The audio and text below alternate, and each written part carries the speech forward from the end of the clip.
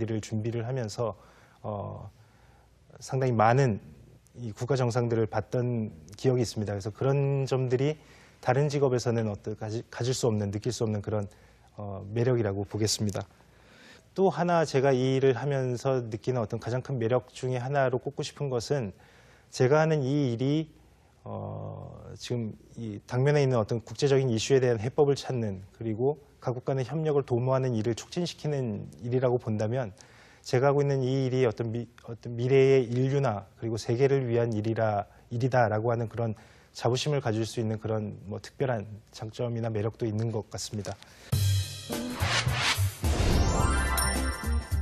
국제회의 기획자가 반드시 갖춰야 할 조건 베스트 3를 뽑아주신다면 어떤 게 있나요?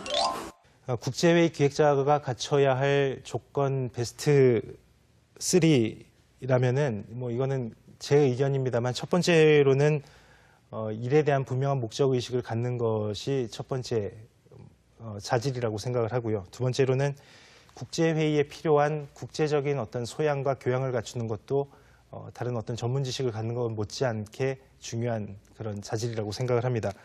그리고 마지막으로 외국어 능력을 꼽고 싶습니다. 드라마에서 국제회의 기획자가 멋지게 비춰지는데 현장에서만 알 수 있는 애로사항이 있다면 어떤 것들이 있나요? 마지막 질문입니다. 드라마나 영화에서 국제회의 기획자가 멋지게 비춰지는데 현장에서만 알 수 있는 어떤 그 애로사항이 있다면 어떤 것이냐는 질문인데요. 아무래도 영화나 드라마에서는 국제회의 기획자가 주로 이 주인공으로 등장을 하다 보니까 많은 장면들이 주인공 위주로 이렇게 촬영이 되고 또 그런 점에서 국제회의 기획자의 생활이 겉모습으로 이렇게 보여지는 그런 화려함이 더욱더 부각되는 것 같습니다. 하지만 실제로는 국제회의 기획자가 현장에서 이렇게 자주 보인다는 것은 그리 좋은 징조라고 할 수는 없습니다. 무언가 사전에 준비가 덜 됐다든지 아니면 예상하지 못했던 어떤 그런 일들이 현장에서 이렇게 발생을 했다든지 하는 경우에 이렇게 좀 다급하게 국제회의 기획자들이 현장에서 움직이는 경우가 있는데 그런 영화에서나 드라마에서 보는 그런 점보다는 보이지 않게 묵묵하게 이렇게 숨어서 일하는 그런 점들이 아마 저희 그런 과정에서 겪는 그런 애로사항들이 여러분들이 모르시는 그런 점들이 아닐까 생각을 하고요. 그런 의미에서 조금 더 철저하게 사전에 국제회의 업무를 준비를 하고 그리고 현장에서는 냉정한 그런 자세로 전반적인 회의의 진행을 관리하는 그런 자세가 요구된다고 하겠습니다. 그리고 국제회의 기획자라는 그런 직업이 요구하는 상당히 좀 혹독한 수준의 이런 업무 강도도 사실 드라마나 영화에서는 쉽게 표현하기가 쉽지 않은 것 같습니다. 실제로 제가 약 6년 전에 그 에이펙 정상회의가 한국에서 개최되는 것으로 결정이 됐을 때 정상회의 개최 도시를 두고 우리나라 지방자치단체에서 상당히 치열한 경쟁을 벌였던 적이 있었는데 그 당시에 제가 부산광역시와 함께 그 정상회의 유치를 위한 프로젝트를 수행했던 적이 있었습니다.